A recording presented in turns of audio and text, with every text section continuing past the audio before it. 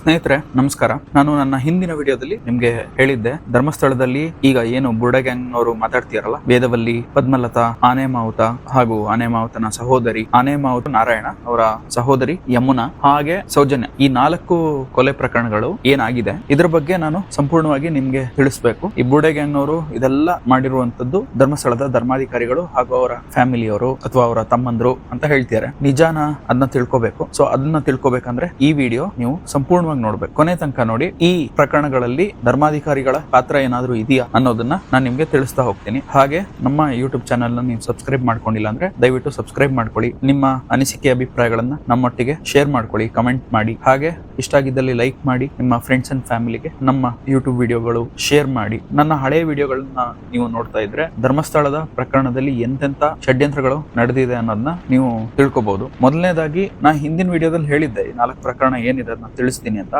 ಬನ್ನಿ ನಾವು ವೇದವಲ್ಲಿ ಪ್ರಕರಣದಲ್ಲಿ ಏನಾಯ್ತು ಅನ್ನೋದನ್ನ ನೋಡೋಣ. ಸೊ ವೇದವಲ್ಲಿ ಪ್ರಕರಣದಲ್ಲಿ ಬುರ್ಡ ಗ್ಯಾಂಗ್ನವ್ರು ಏನ್ ಹೇಳ್ತಾ ಇದ್ರು, ವೇದವಲ್ಲಿ ಒಬ್ಬ ಟೀಚರ್, ಧರ್ಮಸ್ಥಳದ ಸಂಸ್ಥೆಯಲ್ಲಿ ಕೆಲಸ ಮಾಡ್ತಿದ್ದಂತಹ ಒಬ್ಬ ಟೀಚರ್, ಅವ್ರಿಗೇನೋ ಪ್ರಮೋಷನ್ ಆಗೋದಿತ್ತು ಹೆಡ್ ಮಿಸ್ಟ್ರೆಸ್ ಆಗಿ. ಆದ್ರೆ ಜೈನ ಸಮುದಾಯದ ಒಬ್ಬ ಟೀಚರ್ ನ ಹೆಡ್ ಮಿಸ್ಟ್ರೆಸ್ ಆಗಿ ಪ್ರಮೋಷನ್ ಕೊಡ್ಲಿಕ್ಕೆ ಈ ವೇದವಲ್ಲಿ ಅವ್ರನ್ನ ಕೊಲೆ ಮಾಡಿದ್ರು ಅಥವಾ ಕೊಲೆ ಮಾಡಿಸಿದ್ರು ಅಂತ ಇವ್ರು ಹೇಳ್ತಾರೆ. ಇವರು ಆರೋಪ ಯಾರ ಮೇಲೆ ಮಾಡ್ತಿರೋದು, ಹೆಗಡೆ ಅವರ ಕುಟುಂಬದ ಮೇಲೆ, ಹೆಗಡೆ ಅವ್ರ. ಆದ್ರೆ ನಡೆದಿರ್ತಕ್ಕಂಥದ್ದು ಏನು ಅಂದ್ರೆ, ಈ ವೇದವಲ್ಲಿ ಹಾಗೂ ಅವರ ಗಂಡ ಡಾಕ್ಟರ್ ಹೇರಳೆ ಅಂತ ಅವರಿಬ್ಬರ ಮಧ್ಯೆ ಒಂದು ಗಲಾಟೆ ಆಗಿರುತ್ತೆ. ಯಾವ ಕಾರಣಕ್ಕೆ ಅಂದ್ರೆ, ಡಾಕ್ಟರ್ ಹೇರಳೆ ಅವರು ಇನ್ನೊಂದು ಮಹಿಳೆಯ ಜೊತೆ, ಅಂದ್ರೆ ಸುಮತಿ ಅಂತ ಏನೋ ಅವರ ಹೆಸರು, ಅವ್ರ ಜೊತೆ ಅನೈತಿಕ ಸಂಬಂಧದಲ್ಲಿ ಇರ್ತಾರೆ ಅಂತ ಇಬ್ರು ಜಗಳಾಡ್ಕೊಂಡಿರ್ತಾರೆ. ಅದಾದ್ಮೇಲೆ ಡಾಕ್ಟರ್ ಹೇರಳೆ ಅವರು ಮಂಗಳೂರಿಗೇನೋ ಹೋಗಿರ್ತಾರೆ. ಆಗ ವೇದವಲ್ಲಿ ಅವರು ಅವರ ಮನೆಯನ್ನು ಒಳಗಡೆಯಿಂದ ಬ್ಲಾಕ್ ಮಾಡ್ಕೊಂಡಿದ್ದಾರೆ. ಹಾಗೆ ಬಾತ್ರೂಮ್ ನಲ್ಲಿ ಸೀಮೆಣ್ಣೆ ಸುರ್ಕೊಂಡು ಆತ್ಮಹತ್ಯೆ ಮಾಡ್ಕೊಂಡಿದ್ದಾರೆ. ಇದು ನಡೆದಿರ್ತಕ್ಕಂಥದ್ದು 1979ರಲ್ಲಿ. ಈಗ ಇದು ಆತ್ಮಹತ್ಯೆ ಅಂತ ಹೇಳಲಿಕ್ಕೆ ಏನು ಬಲವಾದ ಕಾರಣ ಅಂದ್ರೆ, ಈ ವೇದವಲ್ಲಿ ಶವ ಸಿಕ್ಕಿದಾಗ, ಅಂದ್ರೆ ಬೆಂಕಿ ಹಚ್ಕೊಂಡಿರ್ತಾರೆ, ತುಂಬಾ ಹೊಗೆ ಬೆಂಕಿ ಎಲ್ಲ ಕಾಣಿಸ್ತಾ ಇರುತ್ತೆ.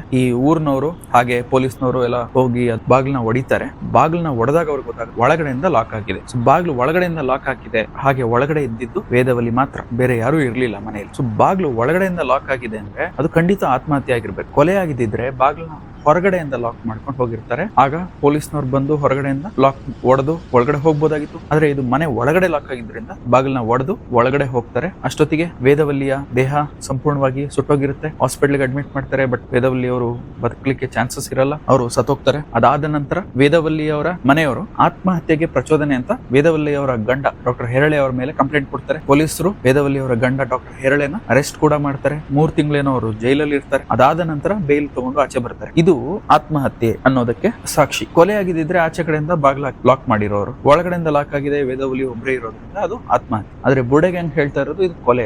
ಯಾಕೆ ಅವರು ಕೊಲೆ ಅಂತ ಹೇಳ್ತಿದ್ದಾರೆ ಅಂದ್ರೆ, ಇದು ತುಂಬಾ ಹಳೆಯ ಕತೆ. ನಮ್ಮ ಜನ ಯಾರು ಅಷ್ಟೆಲ್ಲ ಯೋಚನೆ ಮಾಡೋದಿಲ್ಲ. ಅವ್ರು ಇವಾಗ ಏನ್ ಹೇಳಿದ್ದಾರೆ ಅದನ್ನ ನಂಬ್ತಾರೆ. ಹಾಗಾಗಿ ಅವರು ಎಲ್ಲಾರನ್ನು ನಂಬಿಸ್ಲಿಕ್ಕೆ ಈ ತರ ಮಾಡ್ತಾ ಇದ್ದಾರೆ. ಹಾಗೆ ಇನ್ನೊಂದು ಪ್ರಕರಣ ಪದ್ಮಲತಾ ಪ್ರಕರಣ. ಪದ್ಮಲತಾ ಪ್ರಕರಣ ಆಗಿರುವಂತದ್ದು 1986ರಲ್ಲಿ. ಪದ್ಮಲತಾ ಒಬ್ಬ ಕಾಲೇಜ್ ಹುಡುಗಿ, ಇದೇ SDM ಕಾಲೇಜ್ ನಲ್ಲಿ ಓದ್ತಿರ್ತಕ್ಕಂಥ ಹುಡುಗಿ. PUC ಓದ್ತಾ ಇರ್ತಾಳೆ, 2nd PUC ಅನ್ಸುತ್ತೆ. ಕಾಲೇಜ್ ಮುಗಿಸ್ಕೊಂಡು ಮನೆಗೆ ಹೋಗ್ಬೇಕು. ಕಾಲೇಜು ಉಜಿರೆಯಲ್ಲಿರೋದು. ಕಾಲೇಜಿನಿಂದ ಅವರ ಮನೆಗೆ ಹೋಗ್ಬೇಕಾದ್ರೆ ಅಲ್ಲಿ ಟ್ಯಾಕ್ಸಿ ಓಡಿಸ್ತಿದ್ದಂತಹ ಒಬ್ಬ ವಸಂತ ಅಂತ, ಆ ವಸಂತನ ಜೀಪ್ ನಲ್ಲಿ ಮನೆಗೆ ಡ್ರಾಪ್ ತಗೊಳ್ತಾಳೆ. ಈಗ ಬಸ್ ನಲ್ಲಿ ಹೋಗ್ತಾರೆ, ಕೆಲವರು ಆಟೋನಲ್ಲಿ ಹೋಗ್ತಾರೆ, ಕೆಲವರು ಟ್ಯಾಕ್ಸಿಯಲ್ಲಿ ಹೋಗ್ತಾರೆ. ಹಾಗೆ ಈ ವಸಂತ ಅಲ್ಲಿ ಲೋಕಲ್ ಟ್ಯಾಕ್ಸಿ ಓಡಿಸ್ತಿದ್ದಂತಹ, ಅಂದ್ರೆ ಜೀಪ್ ಓಡಿಸ್ತಿದ್ದಂತಹ ವ್ಯಕ್ತಿ. ಇವನೊಟ್ಟಿಗೆ ಆ ಹುಡುಗಿ ಹೋಗ್ತಾಳೆ. ಮನೆಯ ಬಳಿ ಅವನು ಡ್ರಾಪ್ ಮಾಡ್ತಾನೆ. ಮನೆಯ ಬಳಿ ಅಂದ್ರೆ ಮನೆಯಿಂದ ಒಂದ್ ಸ್ವಲ್ಪ ದೂರ ಮೇನ್ ರೋಡ್, ಅಲ್ಲಿ ಡ್ರಾಪ್ ಮಾಡ್ತಾನೆ ಅವನು. ಅದನ್ನ ಪದ್ಮಲತಾ ಅವರ ತಂದೆ ನೋಡಿರ್ತಾರೆ. ಪದ್ಮಲತಾ ತಂದೆ ದೇವಾನಂದನ್, ಅವರು ಕಮ್ಯುನಿಸ್ಟ್ ಪಕ್ಷದ ಲೀಡರ್. ಕಮ್ಯುನಿಸ್ಟ್ ಪಕ್ಷದಿಂದ ಮಂಡಲ ಪಂಚಾಯಿತಿ ಎಲೆಕ್ಷನ್ಗೆ ನಿಂತಿರ್ತಾರೆ. ಅವ್ರೇನ್ ಮಾಡ್ತಾರೆ, ತನ್ನ ಮಗಳು ಈ ಜೀಪ್ ಡ್ರೈವರ್ ನೊಟ್ಟಿಗೆ ಓಡಾಡ್ತಿದ್ದಾಳೆ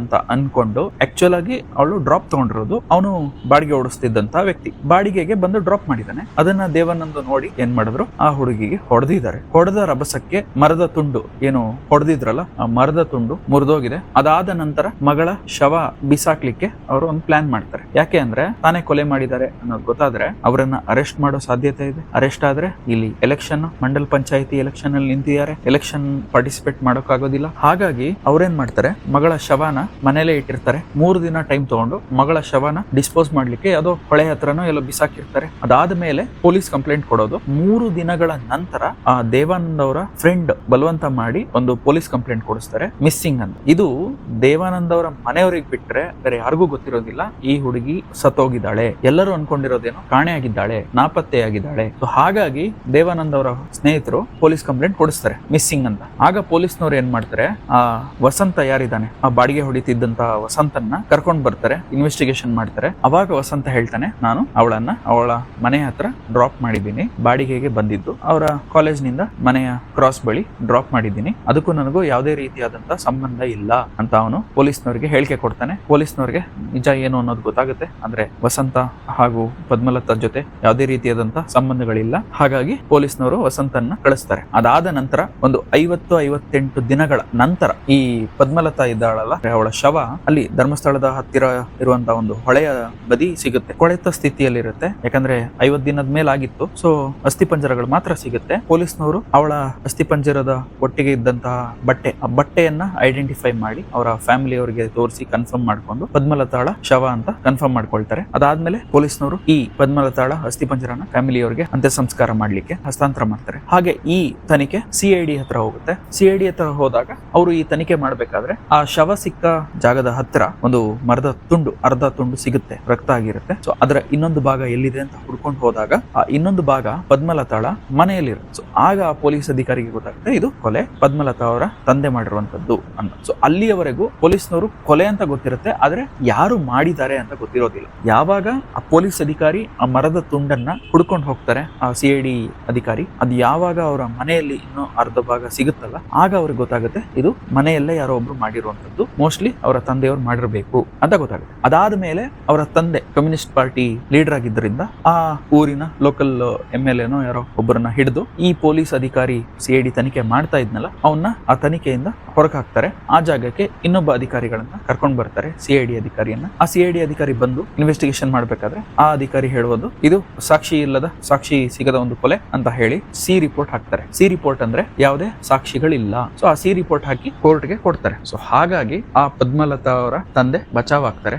ಅದಾದ ನಂತರ ಈ ಕಮ್ಯುನಿಸ್ಟ್ ಪಾರ್ಟಿಯವರು ಅದನ್ನ ತಮ್ಮ ಲಾಭಕ್ಕೆ ಬಳಸ್ಕೊಳ್ತಾರೆ. ಏನಂದ್ರೆ ಹೆಗಡೆಯವರು ಅಥವಾ ಹೆಗಡೆ ಕುಟುಂಬದವರು ಕಮ್ಯುನಿಸ್ಟ್ ಪಾರ್ಟಿಯ ಲೀಡರ್ ಯಾರು ದೇವಾನಂದ್ ಅವರು ನಿಂತಿದ್ರಲ್ಲ ಎಲೆಕ್ಷನ್ಗೆ, ಅವರನ್ನ ಹೆದರ್ಸ್ಲಿಕ್ಕೆ ಅವರ ಮಗಳನ್ನ ಕೊಲೆ ಮಾಡಿಸಿದ್ದಾರೆ ಅಂತ ಅವ್ರು ಹೇಳ್ತಿದ್ದಾರೆ. ಹಾಗೆ ಅದು ಈಗಲೂ ಕಂಟಿನ್ಯೂ ಆಗ್ತಾ ಬರ್ತಾ ಇದೆ. ಈಗ ಬುಡೆ ಗ್ಯಾಂಗ್ನವರು ಇದನ್ನೇ ಕಾರಣ ಕೊಟ್ಟು ಪದ್ಮಲತಾ ಕೇಸನ್ನ ಹೆಗಡೆ ಕುಟುಂಬಕ್ಕೆ ಕಟ್ತಾ ಇದ್ದಾರೆ. ಸೊ ಇದಾದ ನಂತರ ಇನ್ನೊಂದು ಪ್ರಕರಣ ಯಾವುದು ಅಂದ್ರೆ ಈ ಆನೆ ಮಾವುತ ಮತ್ತು ಸಹೋದರಿ. ಸೊ ಆನೆ ಮಾವುತಂದು 2012 ಪ್ರಕರಣ ನಡೆಯೋದು. ಆನೆ ಮಾವುತ ನಾರಾಯಣ, ಸಹೋದರಿ ಯಮುನಾ. ಸೊ ಇವರಿಬ್ರು ಅವರ ಮನೆಯಲ್ಲಿರ್ತಾರೆ. ಮನೆಯಲ್ಲಿದ್ದ ಸಂದರ್ಭದಲ್ಲಿ ಯಾರೋ ಹಕ್ಕಿ ಪಿಕ್ಕಿ ಜನಾಂಗದವರು ಅವರ ಮನೆಗೆ ನುಗ್ಗಿ, ಈ ಆನೆ ಮಾವುತನ ಹೆಂಡತಿ ಇರೋದಿಲ್ಲ ಊರಲ್ಲಿ, ಬರೀ ಆನೆ ಮಾವುತನ ಸಹೋದರಿ ಇಬ್ಬರೇ ಇರ್ತಾರೆ. ಅವರು ಆಭರಣಗಳನ್ನ ಕದಿಲಿಕ್ಕೆ ಅಂತ, ದರೋಡೆ ಮಾಡ್ಲಿಕ್ಕೆ ಅಂತ ಈ ಮಾವುತನ ಮನೆಗೆ ನುಗ್ತಾರೆ ರಾತ್ರಿ ಏನೋ. ಆಗ ಇವರ ಮೇಲೆ ಕಲ್ಲೆತ್ತಾಕಿ ಇವರಿಬ್ಬರನ್ನು ಸಾಯಿಸಿ ಇವರ ಬಳಿ ಇದ್ದ ಆಭರಣಗಳನ್ನೆಲ್ಲ ದರೋಡೆ ಮಾಡ್ಕೊಂಡು ಹೋಗ್ತಾರೆ. ಇದು ಆಕ್ಚುಲ್ ಆಗಿ ನಡೆದಿರ್ತಕ್ಕಂಥದ್ದು. ಯಾಕಂದ್ರೆ ಪೊಲೀಸ್ ಇನ್ವೆಸ್ಟಿಗೇಷನ್ ಮಾಡಿದಾಗ ಕಿಪಿಕ್ಕಿ ಜನಾಂಗದವರು ಯಾರು ಎಲ್ಲಿದ್ರು ಅವ್ರನ್ನೆಲ್ಲ ಕರ್ಕೊಂಡು ಬಂದು ಅರೆಸ್ಟ್ ಮಾಡಿಸಿದ್ರು. ಅದಾದ್ಮೇಲೆ ಅವರು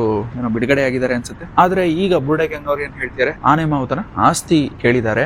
ಆನೆ ಮಾವುತ ಯಾವಾಗ ಆಸ್ತಿಯನ್ನ ಬರ್ಕೊಡೋದಿಲ್ಲ ಅಥವಾ ಬಿಟ್ಕೊಡೋದಿಲ್ಲ ಅಂತ ಹೇಳ್ದ, ಆಗ ಅವರು ಕೊಲೆ ಮಾಡಿಸಿ ಅದು ದರೋಡೆ ಎನ್ನುವ ರೀತಿಯಲ್ಲಿ ಮಾಡಿದ್ದಾರೆ ಅನ್ನೋದನ್ನ ಈ ಬುಡೆ ಗ್ಯಾಂಗ್ ಅವ್ರು ಹೇಳ್ತಾರೆ. ಆದ್ರೆ ಆನೆ ಮಾವುತನ ಹೆಸರಲ್ಲಿ ಯಾವುದೇ ಆಸ್ತಿನೂ ಇರ್ಲಿಲ್ಲ. ಯಾಕಂದ್ರೆ ಈಗ ಅಲ್ಲಿ ಯಾವ್ದು ಇವ್ರು ಹೇಳುವಂತ ಜಾಗ ಯಾವ್ದಿದೆ, ಆನೆ ಮಾವುತನ ಜಾಗ ಅಂತ ಹೇಳ್ತಿರಲ್ಲ, ಆ ಜಾಗ ನೀವು ಹಿಂದಿನ ಒಂದು 20-30 ವರ್ಷದ EC ಅಥವಾ ಆ ಜಾಗದ ಡೀಟೇಲ್ಸ್ ನ ತೆಗೆಸಿದ್ರೆ ಅದು ಎಲ್ಲ ಧರ್ಮಸ್ಥಳಕ್ಕೆ ಸಂಬಂಧಪಟ್ಟಂತ ಜಾಗಗಳು, ಈ ಹೆಗಡೆ ಕುಟುಂಬದ ಜಾಗಗಳೇ. ಅಂದ್ರೆ ಈಗ ಆನೆ ಮಾವುತಂಗೆ ಒಂದು ಕ್ವಾರ್ಟರ್ಸ್ ಅಂತ ಕೊಟ್ಟಿರ್ತಾರೆ, ಆ ಕ್ವಾರ್ಟರ್ಸ್ ನಲ್ಲಿ ಉಳ್ಕೊಂಡಿರ್ತಾನೆ. ಕ್ವಾರ್ಟರ್ಸ್ ಅದು ಹೆಗಡೆ ಅವರ ಹೆಸರಲ್ಲಿ ಇರುತ್ತೆ. ಸೊ ಕ್ವಾರ್ಟರ್ಸ್ ನ ಕೊಟ್ಟಿರ್ತಾರೆ, ಆದ್ರೆ ಅದು ಆನೆ ಮಾವುತನ ಹೆಸರಲ್ಲಿ ಇರೋದಿಲ್ಲ. ಹಾಗೆ ಕೆಲವೊಬ್ರು ಈ ಆನೆ ಮಾವುತನ ಜಾಗ ಇದ್ದ ಸ್ಥಳದಲ್ಲಿ ಈಗ ಯಾವ್ದೋ ಹೋಟೆಲ್ ಆಗಿದೆ, ಐಷಾರಾಮಿ ಹೋಟೆಲ್ ಆಗಿದೆ, ಯಾವ್ದೋ ಅಯೋಧ್ಯ ಅಂತ ಏನೋ ಹೋಟೆಲ್ ಅಂತ ಹೇಳ್ತಾರೆ. ಹಾಗೆ ಅಯೋಧ್ಯ ಹೋಟೆಲ್ ನ ಬೋರ್ಡ್ ಮೇಲೆ NJ ಅಂತ ಇದೆ. ಆಕ್ಚುಲ್ ಅದು NJ ಅಂದ್ರೆ ನವೀನ್ ಜೀವನ್ ಅಂತ ಆ ಹೋಟೆಲ್ ನ ಮಾಲೀಕರು. ಆದ್ರೆ ಇವ್ರು ಏನ್ ಹೇಳ್ತಾರೆ, ಅದು NY ಅಂತಾರೆ. ಅಂದ್ರೆ N ಅಂದ್ರೆ ನಾರಾಯಣ, Y ಅಂದ್ರೆ ಯಮುನಾ, ಮಾವುತನ ಹಾಗೂ ಸಹೋದರಿಯ ಹೆಸರು ಅಂತ. ಆಕ್ಚುಲ್ ಆಗಿ ಅದ್ ನೋಡಿದ್ರೆ ಅದು NJ ನವೀನ್ ಜೀವನ್ ಅವರ ಮಾಲೀಕತ್ವದ ಹೋಟೆಲ್. ಆ ಜಾಗ ಅಂತ ಹೇಳ್ತಾರೆ. ಆ ಜಾಗ ಅಂತ ಹೇಳಿದ್ರೆ ಅದಕ್ಕೆ ದಾಖಲೆ ಇರ್ಬೇಕಲ್ಲ, ಅದು ಆನೆ ಮಾವುತನ ಹೆಸರಲ್ಲಿ ಇತ್ತು ಅನ್ನೋದು. ಈಗ ಜಾಗ ಯಾರ ಹೆಸರಲ್ಲಿ ಇದೆ ಅಥವಾ ಯಾರ ಹೆಸರಲ್ಲಿ ಇತ್ತು ಅನ್ನೋದನ್ನ ನೀವು ಹಿಂದಿನ ಖಾತಾ ನಂಬರ್ ನ ಹುಡುಕಿ ಹಿಂದಿನ ECಗಳನ್ನ ತೆಗೆಸಿದ್ರೆ ನಿಮ್ಗೆ ತುಂಬಾ ವರ್ಷದ ECಗಳು ಸಿಗುತ್ತೆ, ತುಂಬಾ ಹಳೆಯ ECಗಳು ಸಿಗುತ್ತೆ. ನೀವು ಸುಮಾರು 10-20 ವರ್ಷದ ಹಿಂದಿನ ಇಸಿಗಳನ್ನ ತೆಗೆದ್ರೆ ಗೊತ್ತಾಗುತ್ತೆ ಅದು ಯಾರ ಹೆಸರಲ್ಲಿ ಇತ್ತು ಅನ್ನೋದು. ಅಕಸ್ಮಾತ್ ಅದು ಆ ಮಾವುತನ ಹೆಸರಲ್ಲಿ ಇದೆ ಅಂದ್ರೆ ಒಪ್ಕೊಳ್ಳೋಣ, ಅವ್ರನ್ನ ಕೊಲೆ ಮಾಡಿದ್ದಾರೆ ಅಥವಾ ಮಾಡಿಸಿದ್ದಾರೆ ಅಂತ. ಆದ್ರೆ ಬಲವಾದ ಸಾಕ್ಷಿ ಬೇಕಲ್ಲ. ಆದ್ರೆ ಈ ಬುರ್ಡೆ ಗ್ಯಾಂಗ್ ಏನಿದೆ ಅದಕ್ಕೆ ಯಾವ್ದು ದಾಖಲೆಗಳನ್ನ ಕೊಡೋದಿಲ್ಲ, ಸುಮ್ನೆ ಹೋರಾಟ ಮಾಡುತ್ತೆ. ಹೋರಾಟದಲ್ಲಿ ಈ ಪ್ರಕರಣಗಳನ್ನ ಹೇಳ್ತಾ ಹೋಗ್ತಾರೆ. ಹಾಗೆ ಇನ್ನೊಂದು ಪ್ರಕರಣ ಏನು ಅಂದ್ರೆ ಕೊನೆಯದಾಗಿ ಸೌಜನ್ಯ ಪ್ರಕರಣ. ಆ ಕೊಲೆ ನಡೆದಂತದ್ದು 2012 ಅಕ್ಟೋಬರ್ 9ನೇ ತಾರೀಕು. ಅಕ್ಟೋಬರ್ 10ಕ್ಕೆ ಸೌಜನ್ಯ ಬಾಡಿ ಸಿಗುತ್ತೆ. ನಾನು ಇವತ್ತು ಈ ವಿಡಿಯೋದಲ್ಲಿ ಮಾತಾಡ್ಲಿಕ್ಕೆ ಆಗೋದಿಲ್ಲ, ಯಾಕಂದ್ರೆ ಇದು ತುಂಬಾ ದೊಡ್ಡ ವಿಡಿಯೋ ಆಗ್ಬಿಡುತ್ತೆ. ಇನ್ನೊಂದು ಹೊಸ ವಿಡಿಯೋ ಮಾಡ್ತೀನಿ, ಅದರಲ್ಲಿ ಈ ಸೌಜನ್ಯ ಪ್ರಕರಣ ಏನಿದೆ ಪ್ರತಿಯೊಂದು ಬಾರಿ ರೋಚಕವಾಗಿದೆ, ನಿಮ್ಗೆ ಅದನ್ನ ತಿಳಿಸ್ತಾ ಹೋಗ್ತೀನಿ. ಯಾಕಂದ್ರೆ ಸೌಜನ್ಯ ಪ್ರಕರಣದಲ್ಲಿ ಆ ಫ್ಯಾಮಿಲಿ ಅವರ ಇನ್ವಾಲ್ವ್ಮೆಂಟ್ ಏನು, ಇದರಲ್ಲಿ ಈ ಸೌಜನ್ಯಗೆ ನ್ಯಾಯ ಸಿಗ್ಲಿಕ್ಕೆ ಏನ್ ಮಾಡ್ಬೇಕು, ಅವಳಿಗೆ ನ್ಯಾಯ ಇವಾಗ ಸಿಕ್ಕಿಲ್ಲ ಅಂತ ಹೇಳ್ತಾರಲ್ಲ, ಆ ಸಿಗದೆ ಇರೋ ಕಾರಣ ಏನು, ಇದನ್ನ ಪ್ರತಿಯೊಂದನ್ನು ನಾನು ಇನ್ನೊಂದು ವಿಡಿಯೋದಲ್ಲಿ ಹೇಳ್ತೀನಿ. ಅಲ್ಲಿವರೆಗೂ ವೆಯ್ಟ್ ಮಾಡಿ. ಹಾಗೆ ನಮ್ಮ ವಿಡಿಯೋ ನಿಮ್ಮ ಫ್ರೆಂಡ್ಸ್ ಒಟ್ಟಿಗೆ, ನಿಮ್ಮ ಫ್ಯಾಮಿಲಿ ಒಟ್ಟಿಗೆ ಶೇರ್ ಮಾಡಿ. ಹೀಗೆ ನಿಮ್ಮ ಬೆಂಬಲ ನಮ್ಮ ಮೇಲೆ ಸದಾ ಇರಲಿ. ದಯವಿಟ್ಟು ಸಬ್ಸ್ಕ್ರೈಬ್ ಮಾಡ್ಕೊಳ್ಳಿ. ಈ ವಿಡಿಯೋ ನೋಡಿದ್ದಕ್ಕಾಗಿ ಧನ್ಯವಾದಗಳು.